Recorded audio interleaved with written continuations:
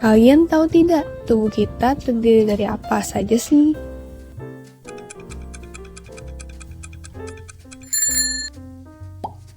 Ternyata tubuh kita terdiri dari sel yang berkumpul membentuk jaringan, dan dari beberapa jaringan yang berbeda bekerja sama dan akan membentuk organ. Kali ini kita akan membahas tentang sel. Sel itu apa sih? Sel adalah unit struktural terkecil dari seluruh makhluk hidup yang memiliki sifat kehidupan atau unit fungsional seperti reproduksi, pertumbuhan, dan pemanfaatan energi seperti merespon rangsangan.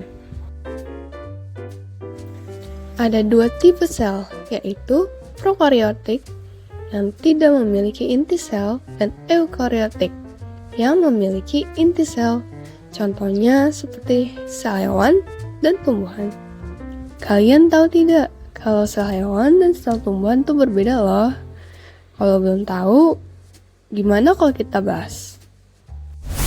Coba perhatikan gambar berikut. Kalian tahu nggak mana yang sel hewan dan mana yang sel tumbuhan? Ya benar, yang kiri merupakan sel hewan dan yang kanan merupakan sel tumbuhan. Nah, sekarang kita tahu kan mana yang sel hewan dan sel tumbuhan.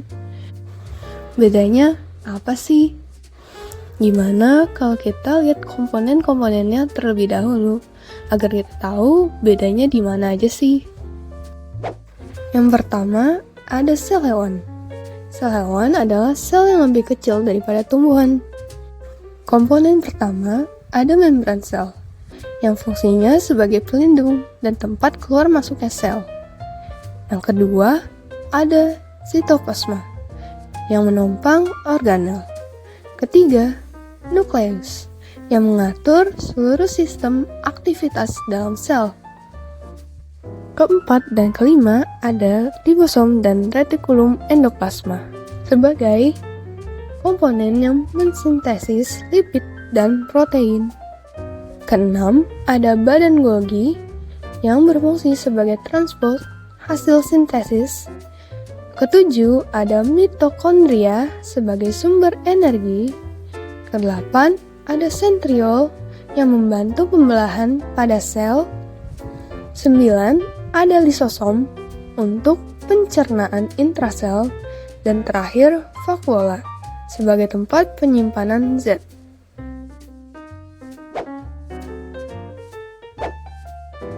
Nah, kita lanjut ke sel tumbuhan. Sel tumbuhan lebih besar dari sel hewan.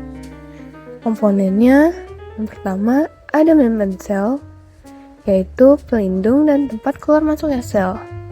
Nah, yang kedua ada dinding sel. Ini baru kan, sebelumnya belum ada.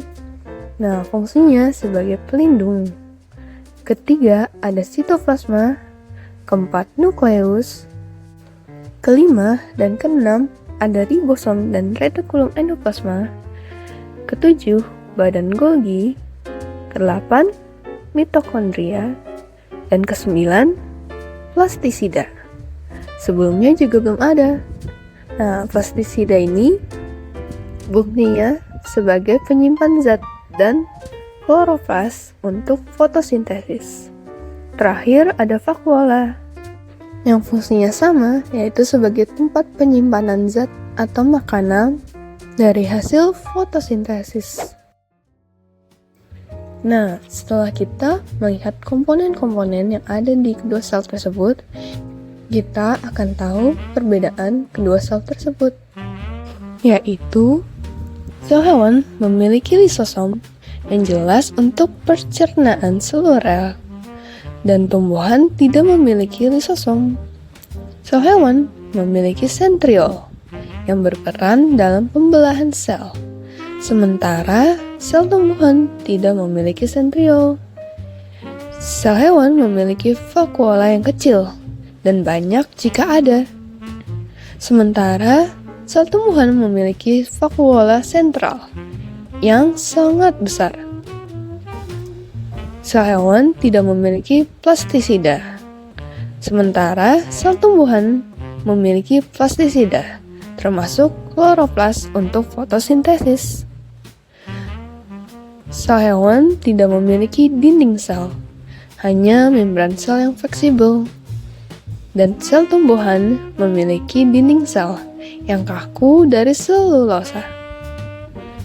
Sel hewan bentuknya tidak tetap dan dapat berubah, sementara sel tumbuhan bentuknya tetap dan kaku. Setelah kita amati, kalian tahu nggak mengapa sel tumbuhan tadi tuh dibilangnya lebih besar daripada sel hewan? Yaps, benar. Jawabannya karena sel tumbuhan memiliki vakuola yang lebih besar dibanding dengan sel hewan. Karena sel tumbuhan dapat membuat makanannya sendiri dari hasil fotosintesis.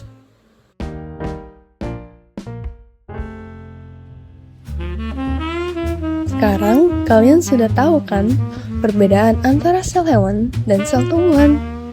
Kalau begitu, sekian dari saya. Terima kasih.